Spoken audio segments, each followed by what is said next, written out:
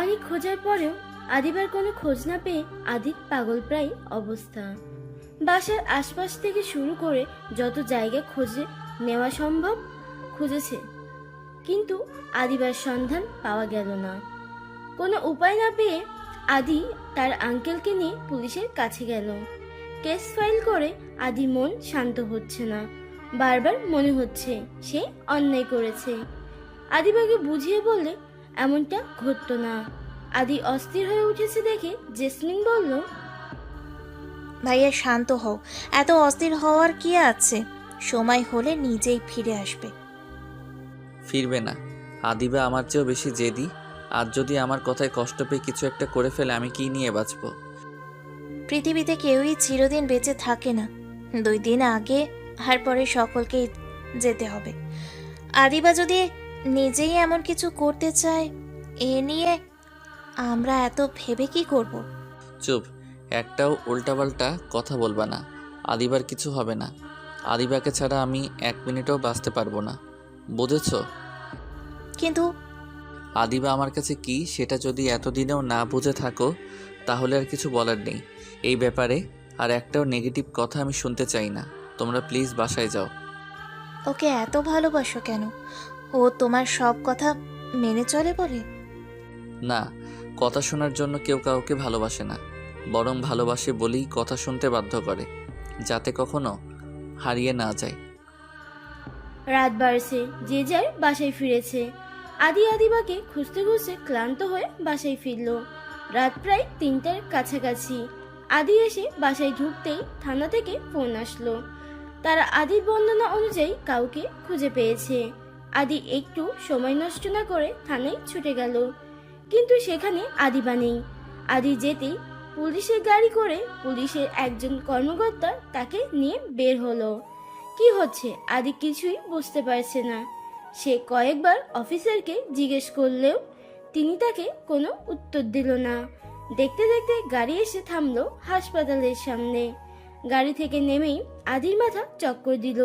সে এবার বুঝতে পারছে কিছু একটা গন্ডগোল ঘটেছে। আদি চেঁচিয়ে বলল, what's going on? Why we went here? Why is my wife? Calm down, Mr. Aditya. You have to fire out what's going on, so please contribute with us. আদি আর কিছু বলতে পারল না। সে পুলিশের সাথে এগিয়ে গিয়ে একটা কেবিনের সামনে দাঁড়ালো। আদি প্রশ্ন করতে যাবে, তার আগে পুলিশটি বলল, We are extremely sorry, sir. Maybe madam is no more. So we are here now. Please identify the dead body. If she your wife. Adiba বেঁচে নেই। এই কথাটা শোনা মাত্র আদির মাথা ঝিমঝিম করতে শুরু করলো। হাত পা ঠান্ডা হয়ে আসছে, পা চলছে না, চোখ ঝাপসা হয়ে আসছে। অফিসার আদিকে লাশের পরিচয় নিশ্চিত করার জন্য তাড়া দিল, কিন্তু আদি কেবিনের ভেতরে যাওয়ার আগে জ্ঞান হারালো। সাথে থাকা অফিসার তাড়াতাড়ি আদিকে ধরলো। আদিকে হাসপাতালে ভর্তি করা হলো। আদির পালিত বাবা মা সহ তার বোনরাও ছুটে আসলো। বেশ অনেকক্ষণ যাবৎ আদিকে স্যালাইন দেওয়া হচ্ছে, কিন্তু জ্ঞান ফিরছে না। নীলচে আকাশ, ঝলমলে রৌদ্র দীপদিন, নিস্তেজ সবুজ অরণ্যের বুক ছেয়ে বয়ে চলেছে ছোট্ট নদী। নদীর স্রোতে হালকা কলকল শব্দ ভেসে আসছে। সময়টা হয়তো বসন্তকাল। চারিদিকে নানান ধরনের বনফুল ফুটেছে। তার মাঝে আদিবা এদিক থেকে ওদিক ছুটাছুটি করছে, উদ্দেশ্য প্রজাপতি ধরা। আদিবার মুখের মিষ্টি হাসি আদির মন কেড়ে নিচ্ছে।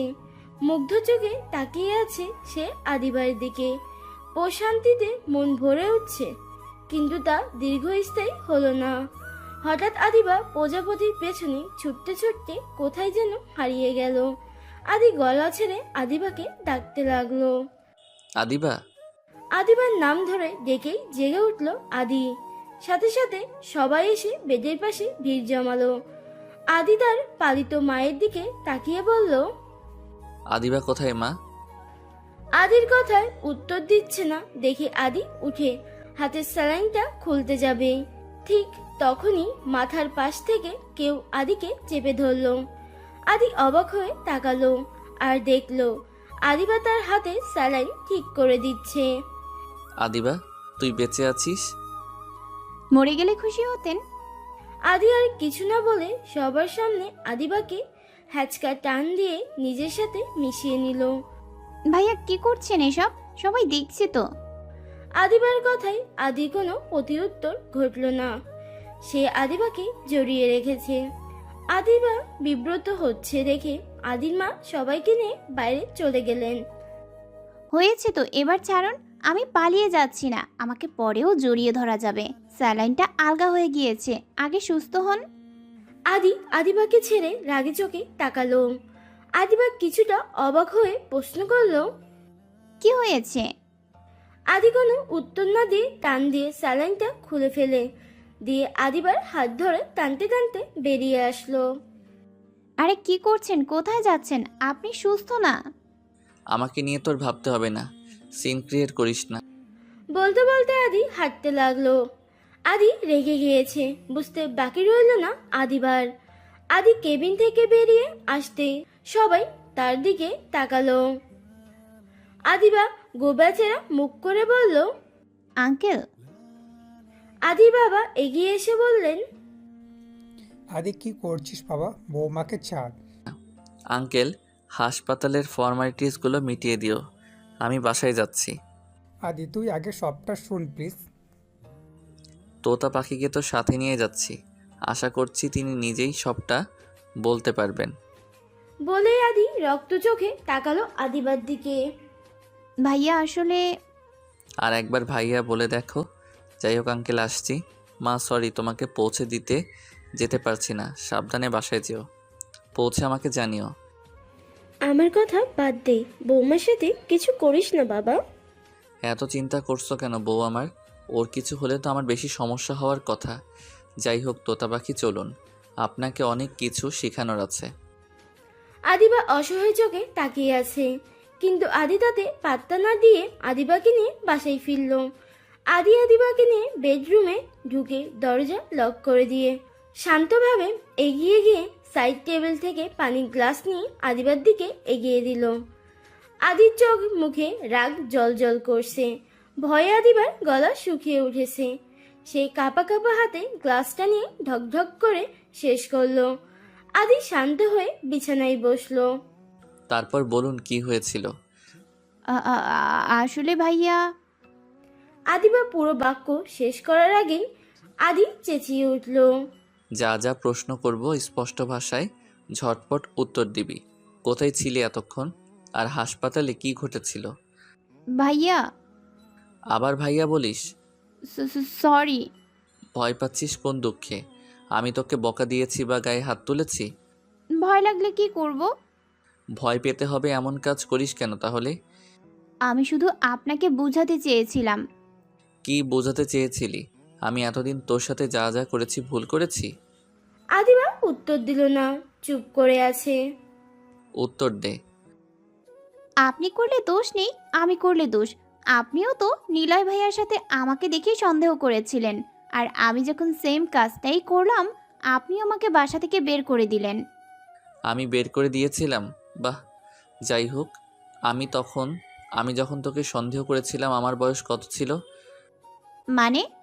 মানে প্রাপ্তবয়স্ক হওয়ার আগে খুন করলেও ক্ষমা করে দেওয়া হয়, কিন্তু প্রাপ্তবয়স্ক হওয়ার পর করলে তাকে ফাঁসি দেওয়া হয়। আশা করছি তুই প্রাপ্তবয়স্ক। আমি এসেছি থেকে যা যা করেছি সব ইচ্ছে করেই করেছি।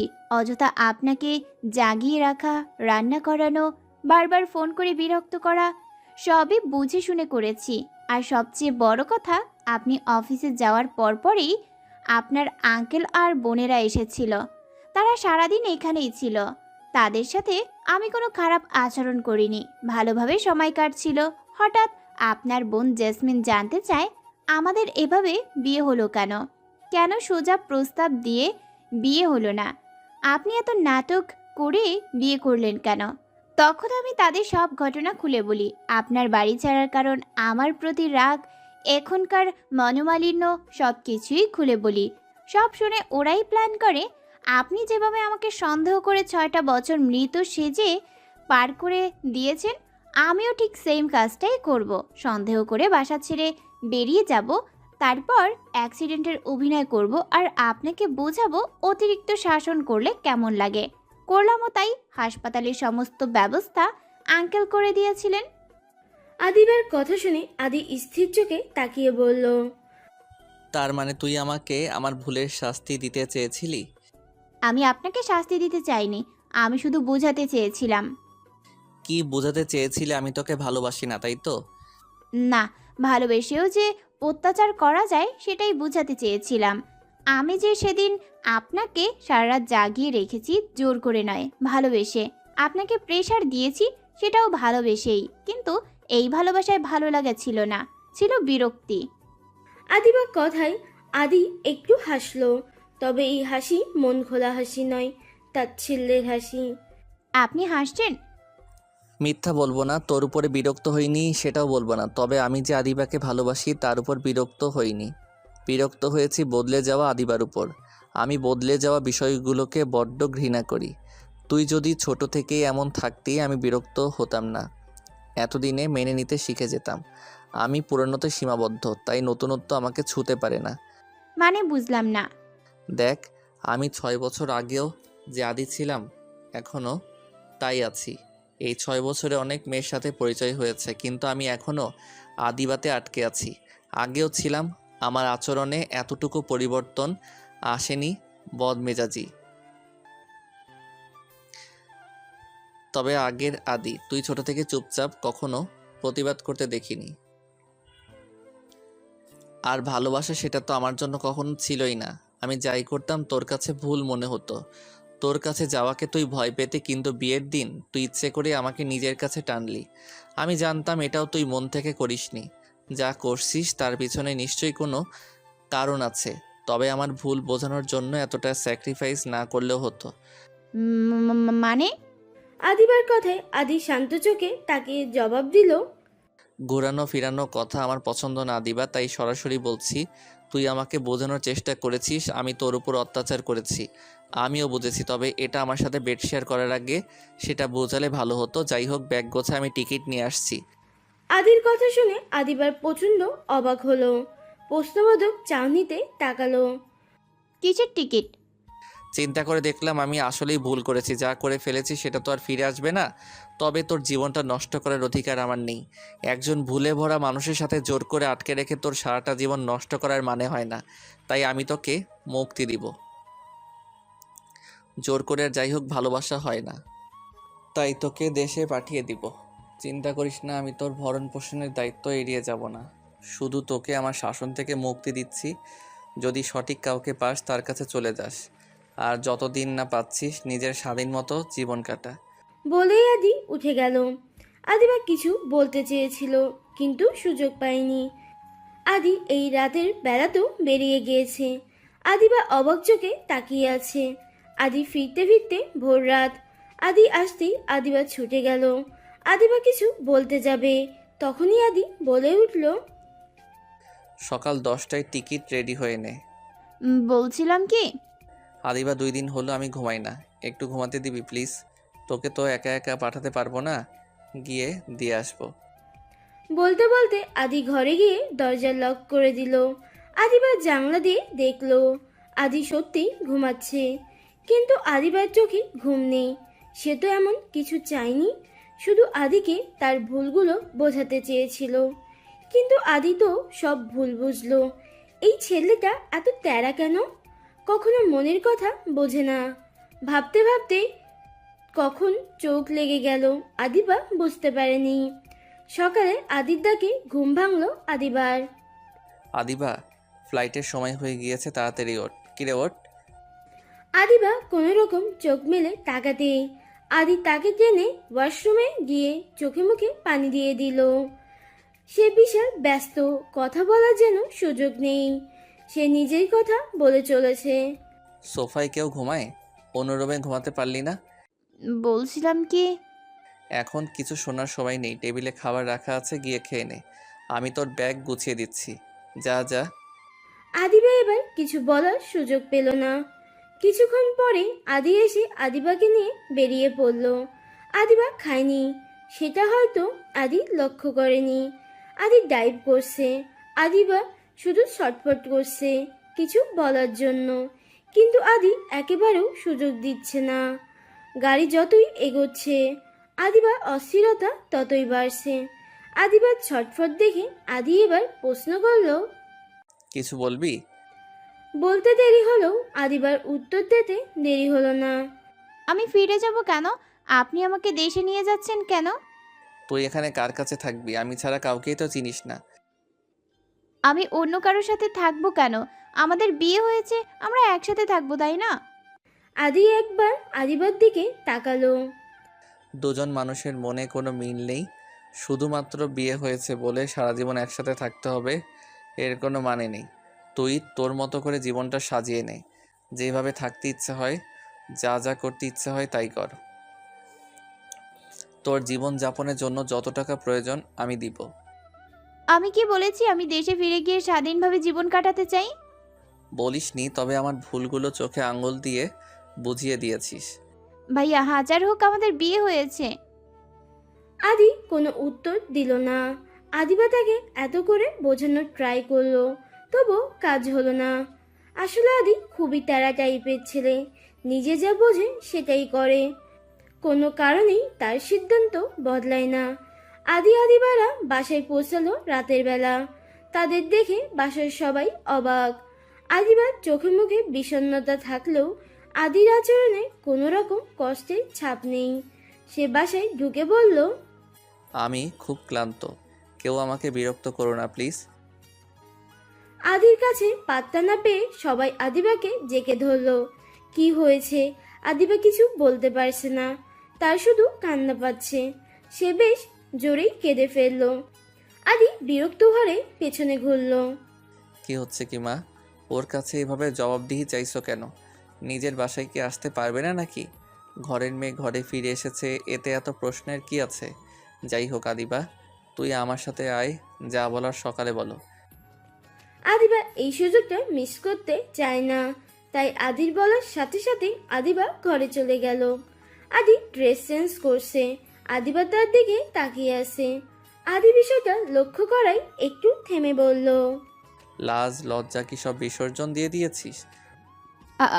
আমি মানে ঘটনা কি বলতো? যা বলার সরাসরি বল। আপনি সত্যি আমাকে রেখে চলে যাবেন? কেন, তোর কি মনে হয় তামাশা করার জন্য একদিনের ব্যবধানে দেশে এসেছি? আদিবা আবারও কেঁদে দিল। আশ্চর্য, তুই এত কাঁদুনি হলি কবে থেকে? সমস্যাটা কোথায় সেটা বল। আদিবা কেঁদে কেঁদে বলল, বিয়ের দিন আপনি বলেছিলেন যাই হয়ে যাক আমাকে কখনো ডিভোর্স দিবেন না, জোর করে আটকে রাখবেন। তাহলে আজ কেন বদলে গেলেন? তার মানে আমার বদলে যাওয়াটা তুই মেনে নিতে পারছিস না? কেন পারছিস না? আমি যা করছি তোর ভালোর জন্যই করছি। জোর করা ছেড়ে দিয়েছি, এটা তো তোর জন্য সুখবর। আমি কি আপনাকে জোর করা ছেড়ে দিতে বলেছি? তুই তো বড্ড ঝামেলার মেয়ে। যখন জোর করতাম তখন আপত্তি ছিল, এখন জোর করব না বলছি তাতেও আপত্তি, তাহলে আমি করবোটা কি? আপনি আগে যেমন ছিলেন তেমনই থাকুন, বদলে যাবেন না প্লিজ। আদি এবার বিলেনি হাসি দিয়ে বলল, তুই কি বুঝতে পারছিস? তুই নিজের মুখে স্বীকার করছিস তুই আমার জোর করাটাকে পছন্দ করিস। আজ বেশ বেলা করে ঘুম ভেঙেছে আদিবারে। এই দুদিনে যে ধকল গেল, ঘুমে বেশ ফ্রেশ লাগছে। আর মোড়া ভেঙে উঠে বসলো সে। সাথে সাথে চারপাশে চোখ বুলিয়ে অবাক হলো আদিবা। তার স্পর্শ মনে আছে, গত রাতে সে আদির রুমে ঘুমিয়েছিল, তাহলে এখন নিজের ঘরে আসলো কি করে? তবে কি আদি তাকে রেখে গিয়েছে? কিন্তু কেন? তবে কি আদির রাগ এখনো ভাঙেনি? আদিবা তাড়াতাড়ি উঠে নিজের ঘর থেকে বেরিয়ে আসলো। নিচে সবাই খাবার টেবিলে বসে আছে, তবে আদি বাদে কেউ খাচ্ছে না। সবাই খাওয়া বাদ দিয়ে আদির দিকে তাকিয়ে আছে, আর আদি মনোযোগ দিয়ে আপন মনে খেয়ে চলেছে। আদিবার নিচে নামতেই সবাই আদির দিক থেকে চোখ সরিয়ে তার দিকে তাকালো। এমনভাবে তাকালো যেন পূর্ণদৈর্ঘ্য বাংলা সিনেমার বিশেষ চরিত্রের আগমন ঘটেছে। আদিবা ইতস্ততা নিয়ে এগিয়ে আসতে আদি খাবারে মনোযোগ রেখে পা দিয়ে চেয়ার এগিয়ে দিয়ে বলল, বস। সবাই রাগি চোখে তাকালো আদির দিকে। আদিবা হা হয়ে তাকিয়ে আছে। আদি খেতে খেতে শক্ত কণ্ঠে বলল, কি রে আদিবা, তোকে কি ভালো করে কথা বললে গায়ে লাগে না? বসতে বললাম না? আদিবা বিচলিত হয়ে আদির পাশে বসলো। আদি এখনো খাবার প্লেটে মনোযোগ আটকে রেখেছে। আদিবা বসার পরে সে মুখ তুলে তাকালো আর বলতে শুরু করলো, জানি আমার এমন সিদ্ধান্তে সবাই অবাক হয়েছো, সাথে রেগেও গিয়েছো, কিন্তু কি করব বলো? ভাগ্যের লিখন কখনো বদলানো যায় না। আমাদের ভাগ্যে এমনটাই লেখা ছিল, তাই এমন হলো। আদির বাবা এবার রেগে বললেন, ভাগ্যের দোহাই দিও না আদিত্য, জীবনটা ছেলে খেলা নয়। তুমি যখন আদিবার সাথে সংসার করবেই না, তখন আদিবার জীবনটা নষ্ট করলে কেন? ও তোমায় বিয়ে করতে চায়নি, তবুও জোর করে বিয়ে করে কোন অপরাধের সাজা দিলে? আমি ওকে সাজা দেওয়ার জন্য বিয়ে করিনি বাবা, একসাথে থাকার জন্যই বিয়ে করেছিলাম। কিন্তু ওকে যখন হাসপাতালে দেখলাম তখন মনে হলো এই দিনটা সত্যি আসার আগে আমার ওকে মুক্তি দেওয়া উচিত।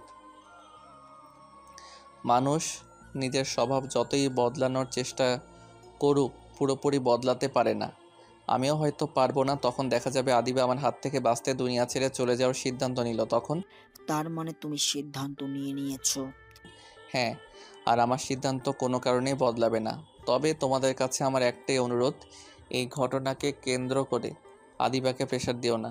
সবারই নিজের মতো করে বাঁচার অধিকার আছে। তাছাড়া আদিবার কোনো কিছুর অভাব আমি রাখবো না। মাস শেষ হওয়ার আগেই ওর প্রয়োজনীয় সব কিছু পৌঁছে যাবে। তাই তোমাদের উপর বোঝা হয়ে থাকবে এটা ভেবো না। কাকিমণি, তোমাকে বলছি, আদিবা বরাবরই চুপচাপ স্বভাবের, নিজের ভালো লাগা খারাপ লাগা প্রকাশ করতে পারে না। তাই ইতিমধ্যে অনেক কষ্ট পেয়েছে। তাই তোমাকে বিশেষভাবে অনুরোধ করব, ওকে আর নতুন করে কষ্ট দিও না। ওকে আমি ছেড়ে দিচ্ছি মানে এই না যে আমি ওর উপর অসন্তুষ্ট। ওর বিরুদ্ধে আমার কোনো অভিযোগ আছে। আদিবার উপর আমার সত্যি কোনো অভিযোগ নেই। আমি কথা দিচ্ছি আমি ওর সমস্ত ভরণ পোষণের দায়িত্ব নিব। তাই দয়া করে এই নিয়ে ওকে দোষারোপ করে ওর উপর অত্যাচার করো না। 6 বছর তো অনেক অত্যাচার করেছো, আর না। আদি, তুমি তোমার পাগলের সংলাপ বন্ধ করো। যাকে ছেড়ে দিচ্ছ তার প্রতি আর দরদ নাই বা দেখালে?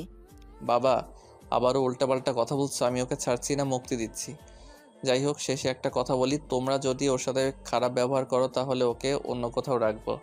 তবে ওকে যদি বাসা ছাড়তে হয় তাহলে আমিও এই বাসার সাথে কোনো সম্পর্ক রাখবো না। বলেই আদি হাত ধুয়ে নিল। আমার ফ্লাইটের সময় হয়ে যাচ্ছে, আমাকে বের হতে হবে। বলতে বলতে আদি উঠে গেল। সে নিজের ঘরে যেতেই আদিবা গিয়ে হাজির হলো। আদি শার্ট চেঞ্জ করছিল। আদিবাকে দেখে থেমে গেল। কিছু বলবি? আদিবা এবার আর সহ্য করতে পারল না, কেঁদে ফেলল। আজব কাঁদছিস কেন? আদিবা কেঁদে কেঁদে বলল, আমাকে এত বড় শাস্তি দিবেন না প্লিজ। আদি লম্বা একটা নিঃশ্বাস নিয়ে বলল, আমি জানি তুই কিসের জন্য এত অস্থির হচ্ছিস, কিন্তু আদিবার যা হওয়া সেটা তো হয়ে গেছে। আমি চাইলেই তোর সতীত্ব ফিরিয়ে দিতে পারবো না। তুই সেদিন কেঁদেছিলি কিন্তু তাই বুঝতে পারিনি। আমি ভুলে গিয়েছিলাম, জোর করে সব করা উচিত না। আমি তোর উপর অতিরিক্ত অধিকার দেখিয়ে ফেলেছি, তার জন্য আমি দুঃখিত। তবে আমি আর কখনোই ভুল করব না। দেখ, গত রাতে তোর সাথে কিছু করা তো দূর, তোর সাথে থাকিনি পর্যন্ত। ওই দিনের জন্য তুই আমাকে ক্ষমা করে দে প্লিজ। আর শুধুমাত্র এই কারণে নিজেকে আমার সাথে থাকার জন্য ফোর্স করিস না। জীবন তো একটাই, সমাজ কিংবা পরিবার কি বলবে সেই ভেবে নিজেকে কষ্ট দিস না। এসব কোনো ব্যাপার না, কিছুদিন পরেই ভুলে যাবি। আপনি কি বুঝতে পারছেন আপনি কি বলছেন? আদি এবার এগিয়ে গিয়ে আদিবার হাত ধরে এনে নিজের কাছে বসালো। আদিবা, আমি কোনো দিনই তোর ক্ষতি চাইনি। যে কোনো সম্পর্কে 3টা শর্ত থাকে, মেনে নেওয়া, মানিয়ে নেওয়া অথবা ছেড়ে দেওয়া। আমি সবগুলো ধাপে ট্রাই করেছি। প্রথমে মেনে নেওয়ার চেষ্টা করেছি, সেই জন্য তোর থেকে নিজেকে এত বছর দূরে রেখেছি, যাতে আস্তে আস্তে তোর চালচলন মেনে নিতে পারি। বিশ্বাস কর, মেনে নিতে শিখেওছিলাম। যেদিন আমাকে পুলিশ ধরে নিয়ে গেল তুই সেদিন নিলয়ের সাথে ফিরেছিলে। আমি জেনেও রিয়্যাক্ট না করার চেষ্টা করেছি, কিন্তু আমার মেনে নেওয়াটা তোর কাছে যথেষ্ট ছিল না। তারপর চেষ্টা করলাম মানিয়ে নেওয়ার, তোকে বোঝানোর চেষ্টা করলাম, জোর করে মানিয়ে নিতে চেয়েছিলাম, তাই জোর করে বিয়ে করলাম, কিন্তু তাতেও ব্যর্থ হলাম। তুই মেনে নিতে পারলি না, তাই এবার ছেড়ে দেওয়া ছাড়া আর কোনো পথ খোলা নেই। আমরা দুজন দুই মেরুর বাসিন্দা, আমরা একসাথে থাকলে দুজনের কারোর বড় ধরনের বিপদ ঘটতে পারে, তাই এখন এই একটা পথই খোলা আছে।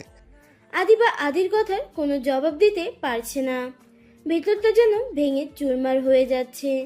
মনের মাঝে হাজারো কথা জমা থাকলেও গলায় এসে আটকে যাচ্ছে, কিছু বলতে পারছে না। তবে আদি অনুগ্রহ বলেই যাচ্ছে। আর একটা কথা, তুই যে অযথা সন্দেহের নাটক করছিলি আমি সেটা জানতাম। আমি তোর হাত কাটার কারণ জানার জন্য যখন সিসিটিভি চেক করেছিলাম তখনই দেখেছিলাম আঙ্কেলরা এসেছে, তাই তুই যে অযথা সিন ক্রিয়েট করছিস জানতাম, সেই জন্যই তোর সাথে এত রুড বিহেভ করেছিলাম। এইসব আমাকে সন্দেহ করার জন্য ছিল না, তুই ভুল করছিস সেটা বোঝানোর জন্য ছিল। কিন্তু তুই যখন হারিয়ে গেলি বুঝলাম আমার রুড বিহেভ করাটা উচিত হয়নি। তারপর তোকে যখন হাসপাতালে দেখলাম আমি ভেবেছিলাম তুই সত্যি অ্যাক্সিডেন্ট করেছিস, আমি সেটা মেনে নিতে পারিনি। তখন নিজেই নিজের কাছে প্রতিজ্ঞা করেছি, তোর যা করার কর, আমি আর তোর জীবনে ঢুকবো না। তুই বেঁচে আছিস এটাই আমার কাছে অনেক। আমি কখনো তোর ক্ষতি চাইনি, সে ছোটবেলা থেকেই তোকে ভালোবাসতাম, তাই যে বিষয়গুলো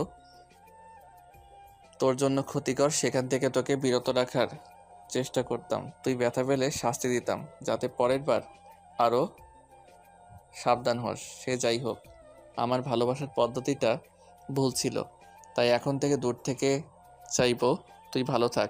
বলে আদি ওয়াশরুমের দিকে চলে গেল। আদিবা বুঝতে পারল আদি তার আচরণে কষ্ট পেয়েছে, আর আদির সিদ্ধান্ত কোনো কালেই বদলাবে না। আদি রেডি হয়ে বের হয়ে আসলো। আদিবা অসহায় চোখে তাকিয়ে দেখছে। আদি এগিয়ে এসে আদিবার মাথায় হাত বুলিয়ে মলিন হাসলো। তারপর কারোর কাছে কোনো বিদায় না নিয়ে দ্রুত পায়ে বেরিয়ে গেল। আদিবা অসহায় চোখে তাকিয়ে আছে। আদি দ্বিতীয়বার ঘুরে তাকায়নি।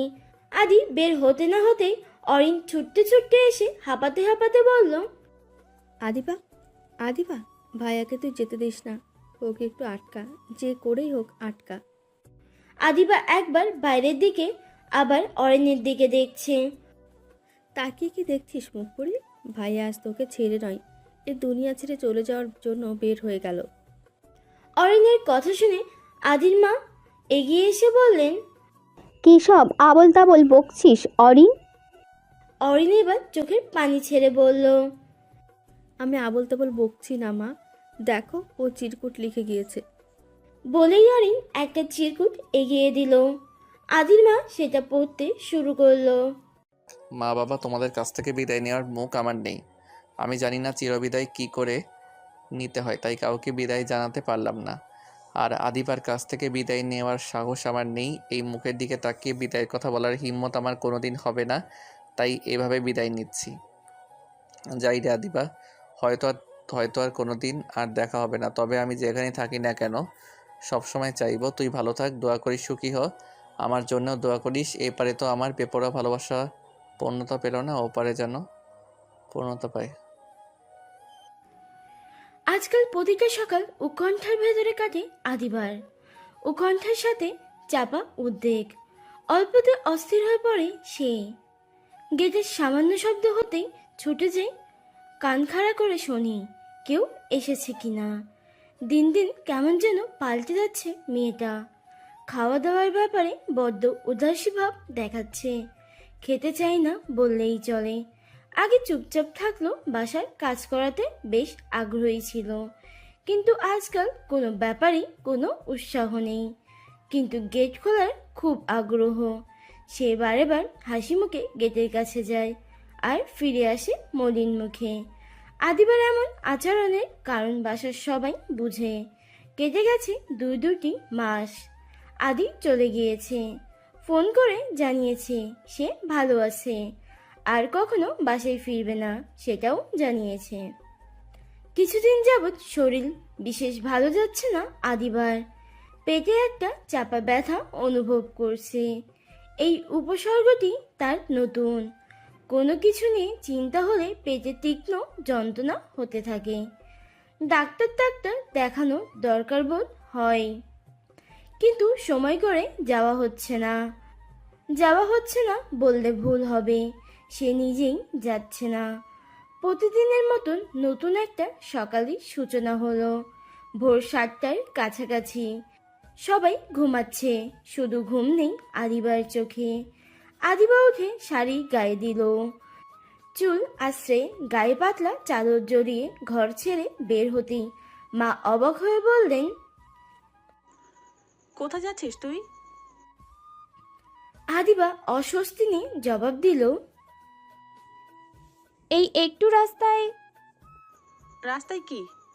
কিছু না, একটু হাঁটবো আর কি। শরীর ভালো না বলছিলি? বাইরে বেশ ঠান্ডা, এখন কোথাও যেতে হবে না। আদিবা কি মায়ের কথা শুনলো নাকি ইচ্ছে করে এড়িয়ে গেল বুঝলেন না শাহানা বেগম। মেয়ে ধীর পায়ে হেঁটে বেরিয়ে গেল। আজ বহুদিন পর আদিবা ভোরের আলো দেখল। কতদিন বাসার বাইরে যাওয়া হয় না। সূর্য কেবল উকি দিচ্ছে চারিদিকে। কেমন কুয়াশা কুয়াশা ভাব, সব কিছু ঝাপসা দেখাচ্ছে। রাস্তা ফাঁকা, একটা রিক্সাও নেই। আদিবা পা বাড়ালো। অন্য সময় হলে লোকজনের জন্য হাঁটা মুশকিল হয়ে যেত, তবে এখন ফাঁকা। রিক্সা পেলে আদিবা হয়তো রিক্সাতেই যেত। আদিবা হাঁটছে, গন্তব্য পাশের পার্ক। পার্কে ঢুকে এগিয়ে গিয়ে বসলো কাঠের তৈরি বেঞ্চেতে। কিছুক্ষণ জিরিয়ে দম নিয়ে ফোন হাতে নিল আদিবা। হাত পা কাঁপছে, ফোন করার সাহস হচ্ছে না। তবুও আর সে আদিকে ফোন করবে বলেই মনস্থির করেছে। সেই জন্য এখানে আসা। বাসার সবার সামনে মন খুলে কিছু বলা যায় না।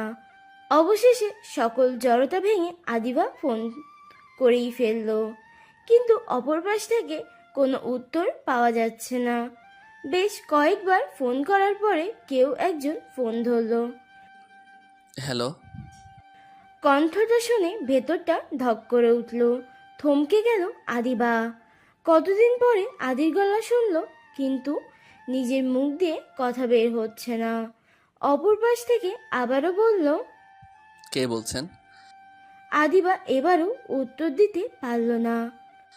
কথা যখন বলবি না তখন ফোন করেছিস কেন? আদিবা দীর্ঘশ্বাস ফেলল। অবশেষে তাহলে দয়া হলো ফোনটা ধরার।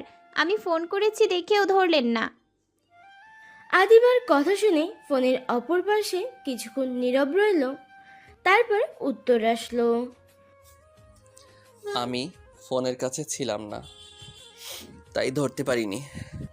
সেদিন যে সারা রাত কল দিলাম, সেদিন ধরেননি কেন? ঘুমিয়ে পড়েছিলাম। মিথ্যা কথা বলবেন না প্লিজ। সত্যি বললে কি তোর ভালো লাগবে? যাই হোক, এসব ছাড়, কি বলবি বল। আমার একটু তাড়া আছে। এখনো এত রেগে আছেন? রাগ আমার ছিল, আর সেই রাগের জন্য কি কি হারিয়েছি তুই ভালো করে জানিস।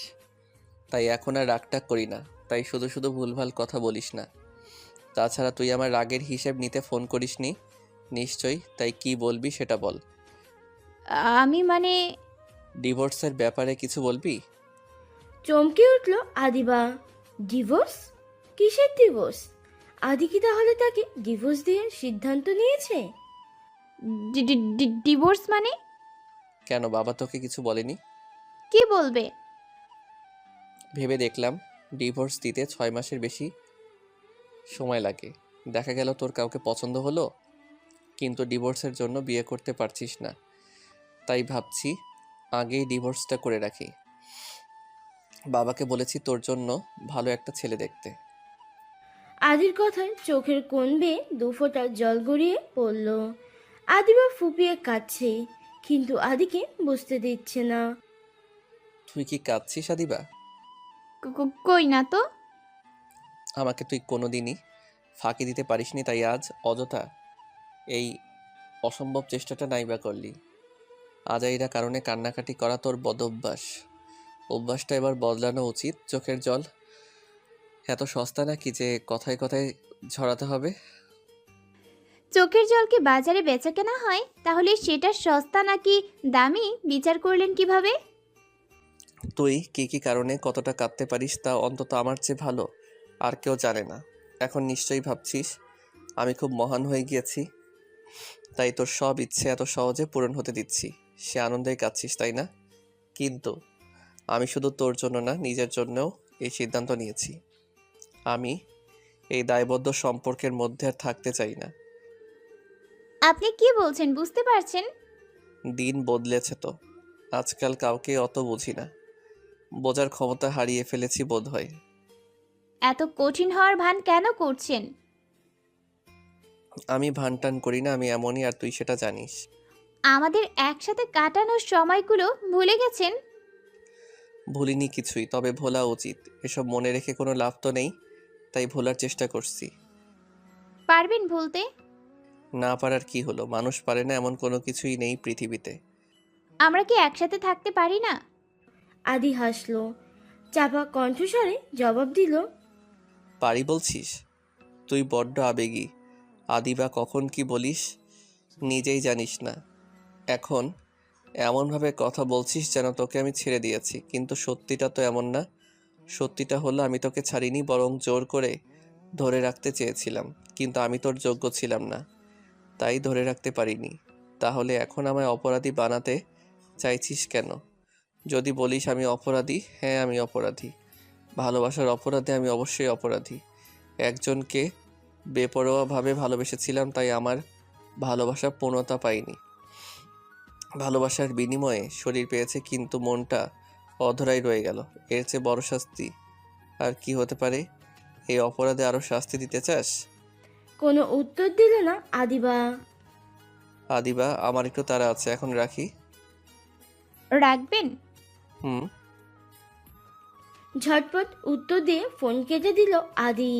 আদিবার মনটা নিমেষেই দ্বিগুণ খারাপ হয়ে গেল। আদি আজকাল তার সাথে কথা বলতেও ইচ্ছে হয় না। যতবার কল করে হয় ধরে না, না হলে দু একটা কথা বলে ব্যস্ততার দোহাই দিয়ে কেটে দেয়। আদি এত বদলে গেছে ভেবেই কান্নার গতি বেড়ে গেল। সাথে সাথে পেটের একপাশে তীক্ষ্ণ ব্যথা শুরু হলো, মাথাও ধরেছে।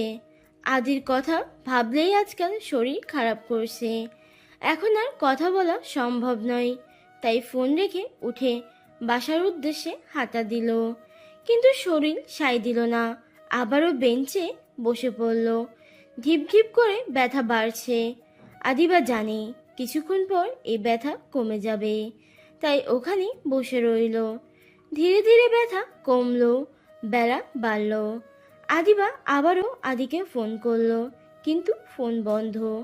আদি তার দিক থেকে সকল মায়া কাটিয়ে দিয়েছে, বুঝতে বাকি রইল না। আদিবা ভাঙা হৃদয় নিয়ে বাসায় ফিরে আসলো। শরীর খারাপ লাগছিল, তাই কিছু খায়নি।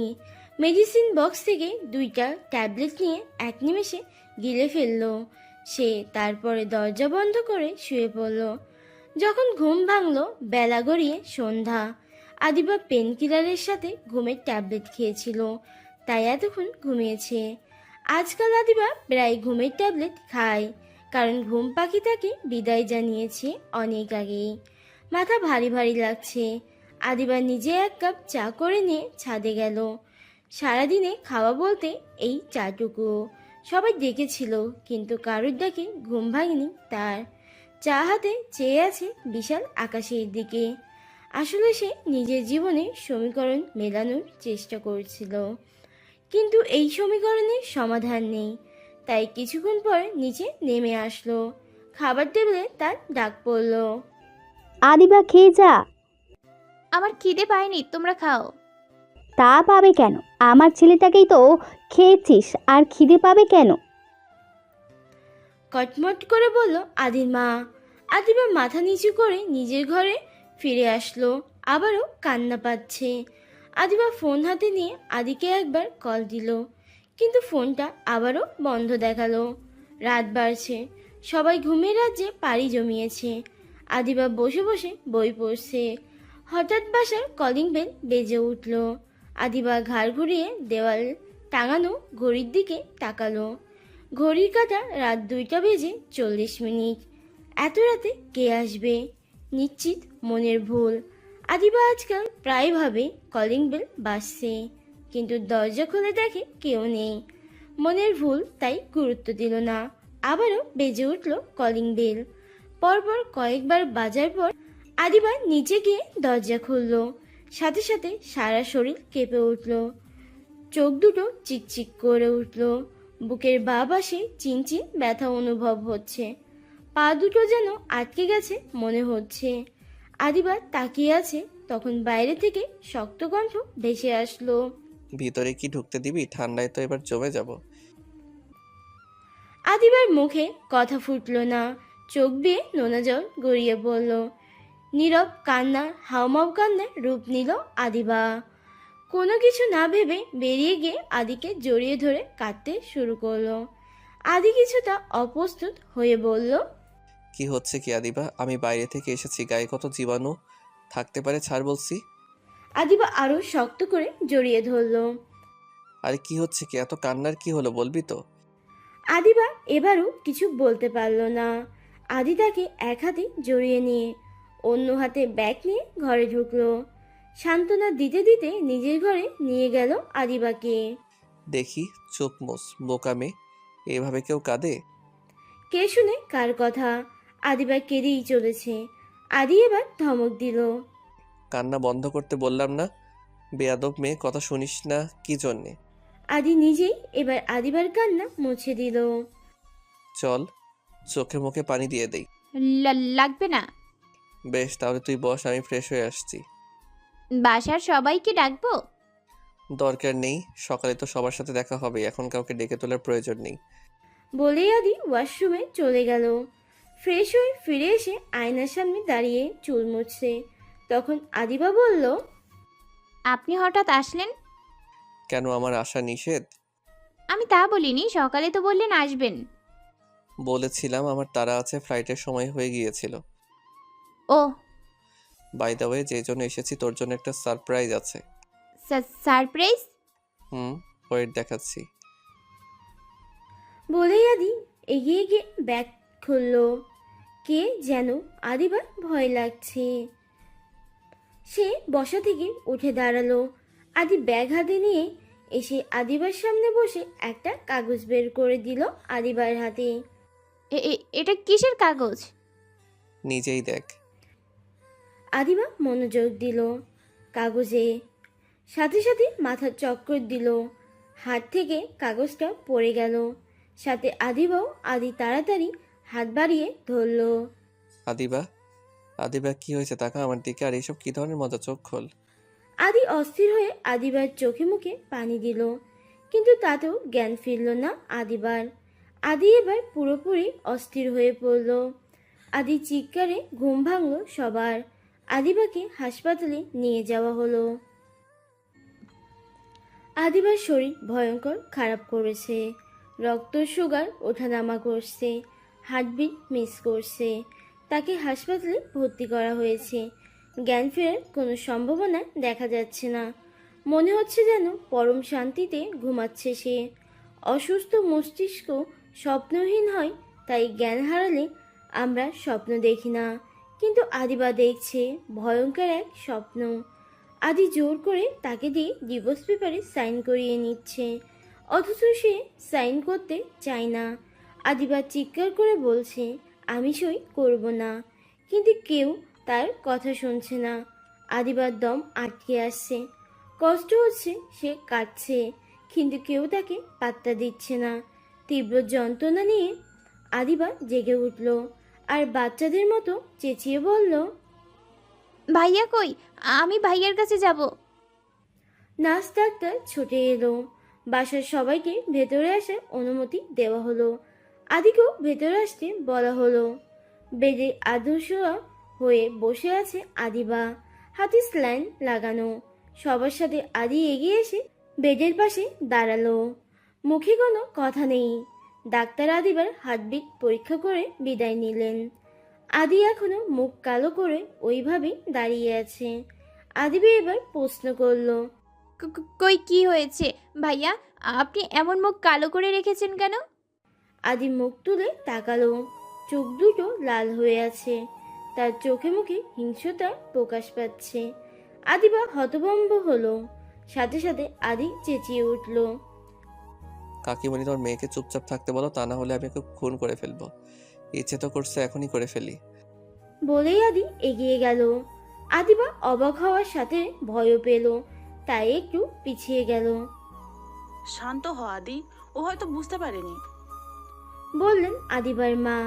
সাথে সাথে আদি আবারও চেঁচিয়ে উঠল। বুঝতে পারিনি মানে? ও কি ছোট বাচ্চা যে বুঝবে না? আদিবা, তোর এত সাহস হলো কি করে? আমার এত বড় ক্ষতি করতে কলিজা কাঁপলো না?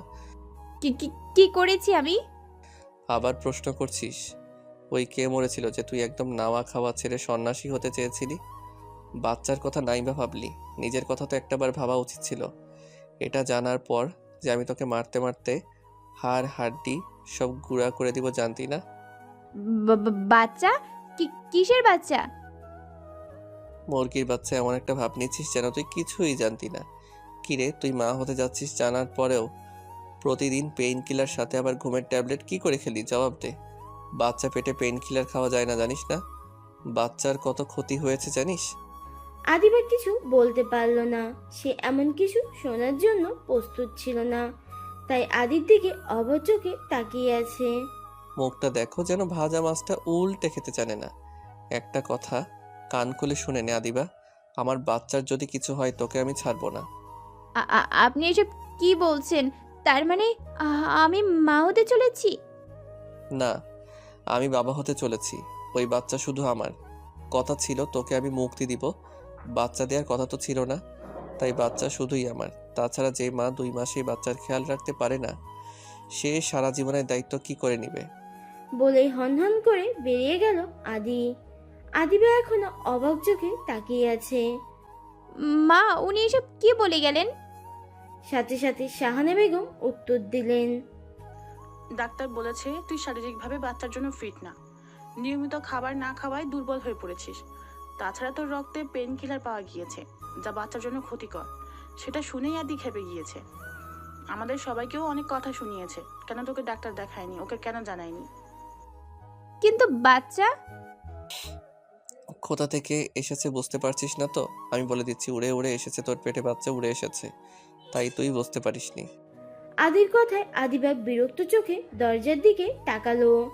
আদি আবারও এসে তার পাশে দাঁড়ালো। সাথে সাথে আদিবা বলল। আপনি কি ভালো করে কথা বলতে পারেন না? সবসময় তেরা বেঁকা কথা বলেন কেন? তাছাড়া বাচ্চা নিয়ে এত মাতামাতি করছেন কেন? এই বাচ্চা তো পৃথিবীতে আসবে না। আদি জ্বলন্ত কণ্ঠে বলল। মানে কি বললি তুই? খবরদার গায়ে হাত তুলবেন না। যাকে ডিভোর্স দিচ্ছেন তার কাছে বাচ্চা আশা করেন কিভাবে? ও তাই নাকি? হ্যাঁ তাই। পেটে যদি বাচ্চা না থাকতো এই কথাটার জন্য তোর কি অবস্থা করতাম শুধু উপরওয়ালা জানে। যাই হোক, তোকে ডিভোর্স দিব বলেছিলাম, বাচ্চাকে দিব বলিনি, তাই বাচ্চা আমার। বাচ্চা যেহেতু আমার পেটে, তখন তার উপর সম্পূর্ণ অধিকারও আমার। সেই হিসেব করতে গেলে তো আরও অনেক কিছু হিসেব করতে হবে। কে কতটা পরিশ্রম করেছে সেই হিসেব মেলালেই কার ভূমিকা কতটা বোঝা যাবে। চুপ করবেন আপনি? সবার সামনে কি সব বলছেন? আমি শুরু করেছি নাকি তুই? অসভ্য ছেলে একটা। ওই আদি আদিবার কথা শুনে মুচকি হাসলেন। আদির বাবা আবার বললেন। আদিবা তো এখন সুস্থ আছে, চলো সবাই আমরা চাই। কিন্তু ভাইজান। আদিবা, মা মেয়ে জামাইকে একটু একা থাকতে দাও, চলো। সবাই হাসতে হাসতে বিদায় নিল। আদিবা গোল গোল চোখে তাকিয়ে আছে। সবাই বের হতে আদিবার দিকে তাকিয়ে বাঁকা হাসলো। আদিবা ভুরু কুচকালো। কি ব্যাপার? আপনি হাসছেন কেন? ভাবছি কি ভাবছেন? উপরওয়ালা তোর কপালে সুখ লিখে নাই, আমার হাত থেকে তোর মুক্তি নেই, সেটাই ভাবছি, এই আর কি। মানে? খুব তো মুক্তি চেয়েছিলে, এবার কি করবি? বাচ্চা থাকলে বন্দি থাকবো কে বলল? বরং আমাকে আর একা একা থাকতে হবে না, কেউ একজন অন্তত পাশে থাকবে। কিন্তু বাচ্চা তো আমার, সে তোর সাথে থাকবে কেন?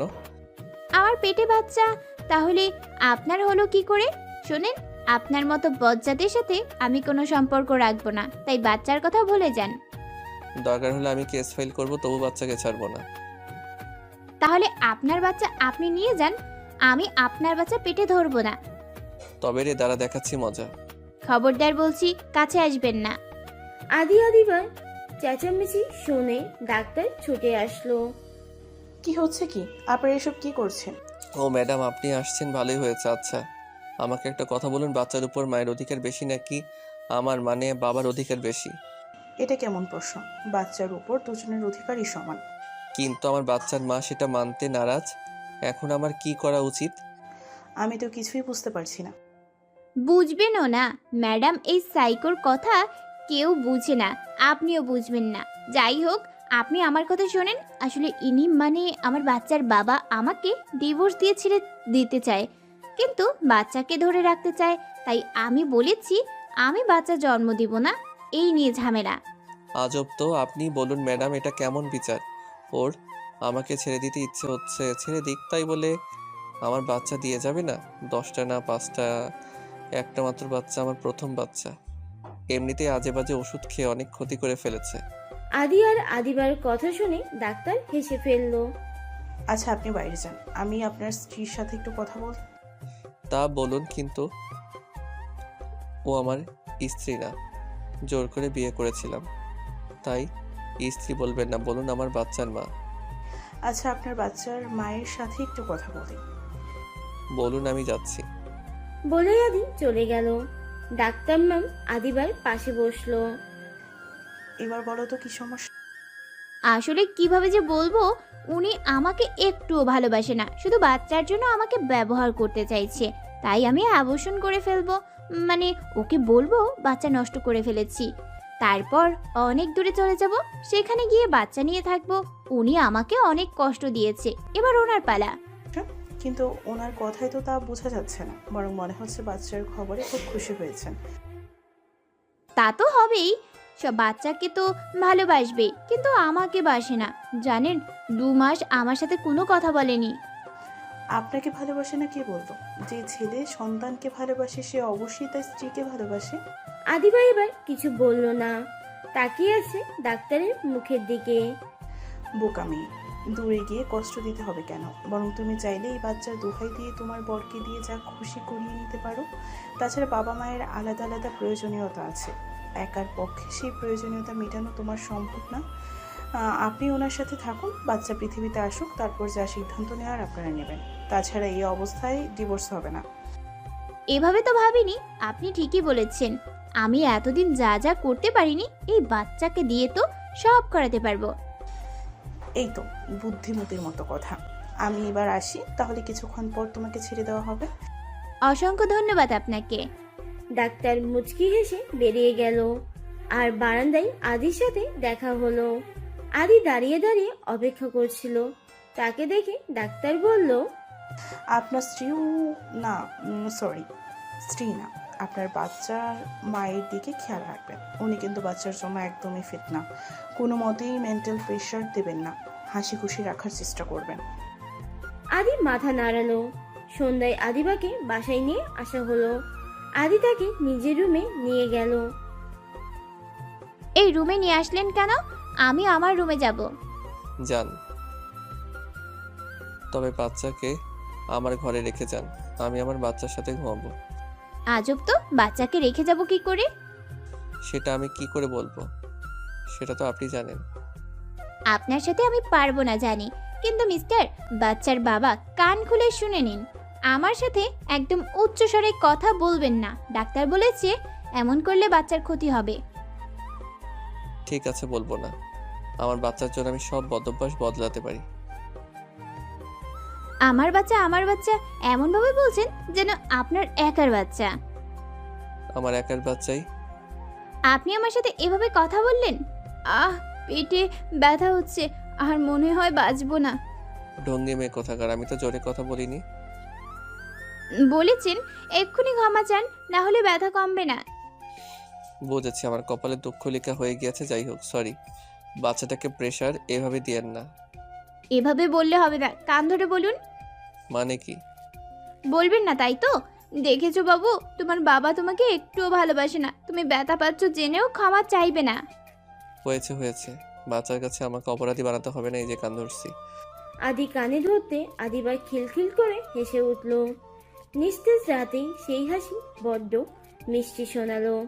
হাসিতে গড়িয়ে পড়ছে আদিবা, তার হাসি পুরো বাড়ি ছড়িয়ে পড়েছে। আদিবার হাসি শব্দে মুচকি হাসলো আদির বাবা। যাক, ডাক্তার ম্যামকে যেভাবে বলেছিলাম সেভাবে ওদের বুঝিয়েছেন। আদির মা ভুরু কুচকে বলল, মানে কি বলছো তুমি ডাক্তারকে? ওদের ব্যাপারে সবই বলেছে, আর বলেছে দুজনকে যেন একসাথে থাকার পরামর্শ দেন। বাচ্চা হতে হতে একসাথে থাকতে থাকতে ওদের সম্পর্কটা যদি একটু স্বাভাবিক হয়। এদিকে আদিবা হাসছে তো হাসছেই। আদি সেই ফাঁকে উঠে গিয়ে আবার ফিরে আসলো। এসেই আদিবার হাত টেনে ধরলো। সাথে সাথে আদিবার হাসি থেমে গেল। কিছুটা ভয় পেল, ভাবলো আদি হয়তো আবারও আগের মতো রেগে গিয়ে, তাই ভয়ে ভয়ে বলল, কি কি কি করছেন? আদি আদিবার হাতে একটা বালা পরিয়ে দিল। আদিবা অবাক হয়ে বলল, এটা? বাচ্চা হলে গিফট দিতে হয়, এটাই নিয়ম। এই নিয়ম আবিষ্কার করেছে কে? অবশ্যই আদিত্য চৌধুরী। আদিবা আবারও হাসলো। বালাটা সুন্দর, সে যাই হোক, এসবে আমাকে ভোলানো যাবে না। মাথা ধরেছে, টিপে দিন, ঘুমাবো। কি আমি তোর মাথা টিপে দিব?